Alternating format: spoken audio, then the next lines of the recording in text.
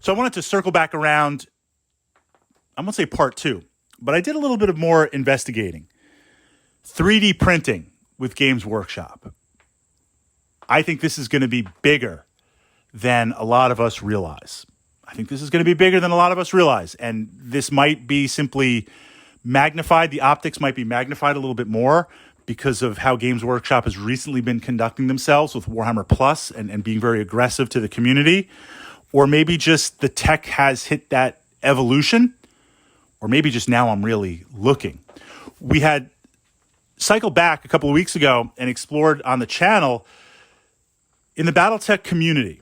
Battletech's a sci-fi miniatures game. Started about the same time when 40K started back in the day. But Battletech, you can buy the Catalyst miniatures and play the official miniatures. You can 3D print your own miniatures for the MechWarrior Online sculpts or your own sculpts. You could take miniatures from another system as long as they're to scale and use those in the game. You could use tokens. You could use cardboard cutouts.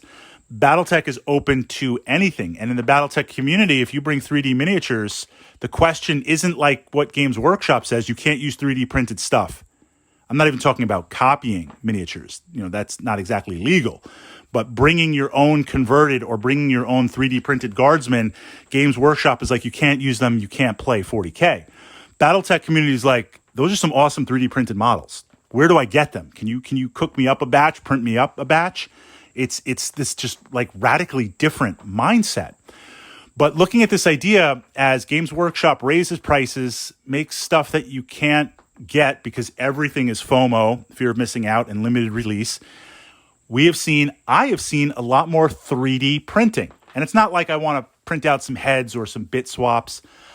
I mean miniatures that once they're painted, you have no idea.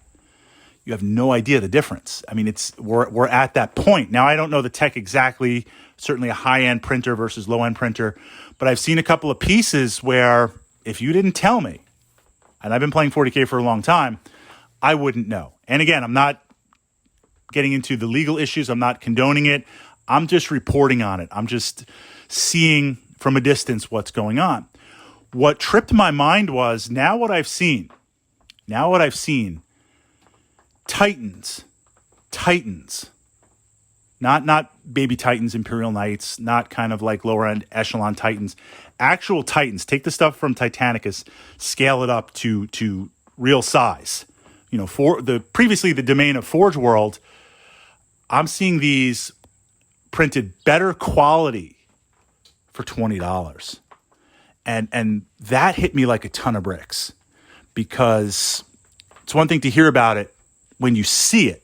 And I don't own it. I don't have it. I respect copyright. I respect IP. I'm just reporting on it. But I see it. And back in the day when Games Workshop supported the community through Games Day, we would go down and Battle for Salvation would have a club table. So we'd get down there the day before.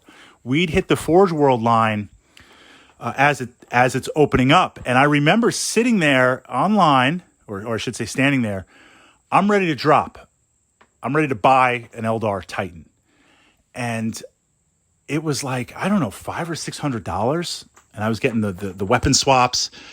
And I'm literally like having a panic attack because I'm like, I can't paint this thing. If I mess this thing up. So I'm like, maybe I'll get my buddy Mike to paint it. Like, I can't paint this thing. Like, I was having a freak out. Then I'm like, wait a second. Even all these years I've been conditioned for Games Workshop. Oh, $85 for a Land Raider? Yeah, that sounds good. That's fair. $85 for 5 Marines? Okay, not really, but kind of really. That's fair. Even having the massive conditioning. Oh, $35 for a fail cast special character that I have to green stuff myself? Oh, yeah, that's a good price. I mean, I'm been conditioned. But even looking at that I was like $500 or whatever it was a couple of hundred. I couldn't do it. So I didn't buy it. It's one of the few times that like my impulse control was contained. Looking back, I probably should have bought it. And I think I could have painted it or very at least borrowed a friend's airbrush to do it. But now this is what hit me like a ton of bricks, where I see where I'm like $20, $20. That's what they're charging. So I don't know the optics of it, but how much in kit did it cost to print out? I mean, that's a lot, but is it like $2 or $3? I mean, that's where we are. That's where we are right now. And seeing that combined with Games Workshop's tactics and what they're doing, I think 3D printing has been accelerated by a number of years. I really wasn't fully aware. I mean, I was somewhat, but it's different when you see it. That's where I'm like, wow, 3D printing, it's here, and it's really changing the thing. And as it adapts more and more, Games Workshop is going to need some counter, right? And we'll leave that in the comments. Games Workshop is going to need some counter to make that possible. Maybe what that counter is, actually we'll explore that in the next vlog, because I just kind of had an idea to counter that.